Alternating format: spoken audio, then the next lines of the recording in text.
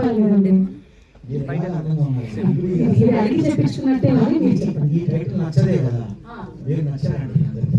Thank you అండి. Anchor నచ్చింది, anchor నచ్చింది, బాగుంది, బాగున్నాయి. Thank you.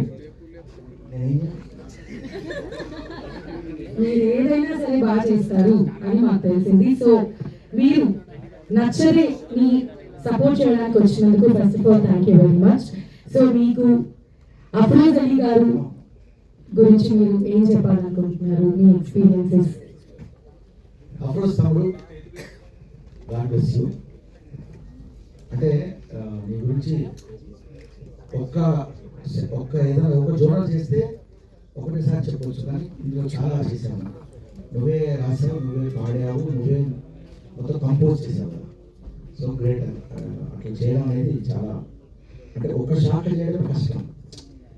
కాబట్టి అఫ్రోజ్ నచ్చదే అనేటువంటి ఈ యూట్యూబ్ ఛానల్ సాంగ్ అఫ్రోజ్ చేశారు కాబట్టి తను చాలా రాక్ మనిషి, చాలా మంచోడు. జనరల్గా ఇక్కడ వేదిక మీద ఉన్నప్పుడు అందరూ ఒక వ్యక్తి గురించి మాట్లాడాలంటే అందరూ పాజిటివ్గా మాట్లాడతారు, అది కరెక్టే. కానీ నేను మనస్ఫూర్తిగా చెప్తాను, అఫ్రోజ్ తమ్ముడు ఎంత మనసున్నాడు అంటే చాలా నిర్మల మనిషి, చక్కటి మనిషి. అసలు ఒక కళాకారుడు కాదు, ఒక మంచి సౌమ్యుడిగా అనిపిస్తుంది. సౌమ్యుడి ప్లస్ కళాకారుడు అంటే ఇంకా తిరుగులేదు అఫ్రోజ్. సో నచ్చదే అనే పాట అందరూ నచ్చుతారు అని అనుకుంటాను డెఫినెట్గా.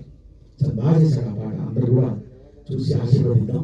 ఎందుకంటే ఇప్పుడు యూట్యూబ్ ఛానల్ అంటే మీ అందరికీ తెలుసు, ఎంత పెద్ద సినిమా అయినా కూడా మళ్ళీ యూట్యూబ్లో హిట్ అయితేనే ఆ సినిమా కౌంట్లోకి వస్తుంది.